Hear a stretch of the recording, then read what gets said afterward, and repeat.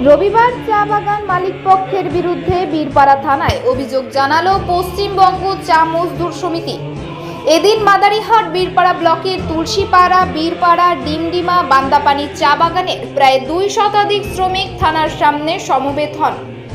এদিন চা মালিকের বিরুদ্ধে থানায় অভিযোগ জানানো হয়।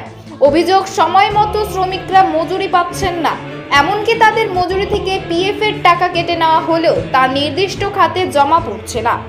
পশ্চিমবঙ্গ চা মজদুর সমিতির কেন্দ্রীয় কমিটির সদস্য সন্দীপ সিং বলেন, এটা পূর্ব ঘোষিত কর্মসূচি।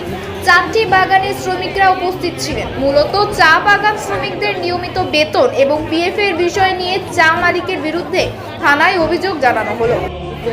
তিনি আরো অভিযোগ করে বলেন, সরকার এসওপি ঘোষণা করেছে অথচ সরকার নিজেই তা মানছে না।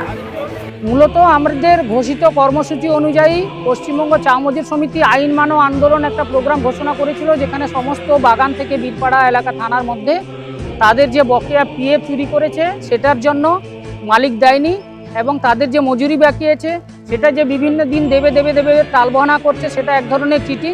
তার জন্য পশ্চিমবঙ্গ চা মজদুর সমিতির উদ্যোগে আমরা আজকে মালিকের বিরুদ্ধে এখানে থানায় অভিযোগ জানাতে এসছে, এবং থানার যে ডিউটি অফিসার ছিলেন তার সঙ্গে কথা হয়েছে।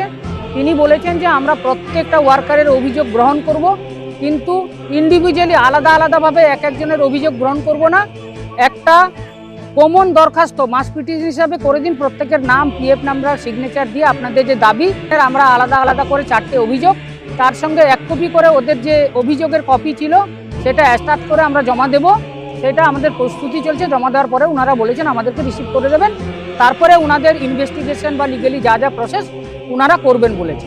সেই জন্য আজকে আমরা এখানে 4টে বাগান থেকে এসেছি। মূলত তুলসীপাড়া, ডিমডিমা, বীরপাড়া আর বান্দাপানি প্রায় 500 বেশি ওয়ার্কার তারা এসছে, এবং তারা সকাল থেকে এখানে বসে আছে তাদের অভিযোগটা জানানো নিয়ে। শুধুমাত্র পিএফ নয়, এর সঙ্গে প্রথম জিনিস হচ্ছে একটা বাগানের 5 মাস 6 মাস ধরে মজুরি বাকি আছে, তাদের মজুরি দেওয়া হচ্ছে না, তাদের পিএফ কেটেছে, পিএফ জমা দিচ্ছে না। এছাড়া তো অনেক অন্যান্য ডিউজ আছে, তাদের গ্র্যাচুইটি, তাদের আরও মেডিকেল, তাদের মেটার্নিটি বেনিফিট, তাদের মানে কি বলবো ফায়ারহুড, এগুলো তো অনেক পুরোনো দিনের। তো সুপ্রিম কোর্টে কেস চলছে, আপনারা জানেন, সাপড়ে কমিটি থেকে এটা হিয়ারিং হয়েছে।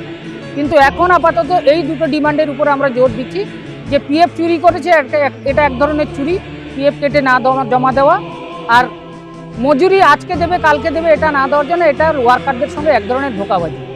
সেই জন্য সবাই এসছে এখানে তার অভিযোগটা জানাতে।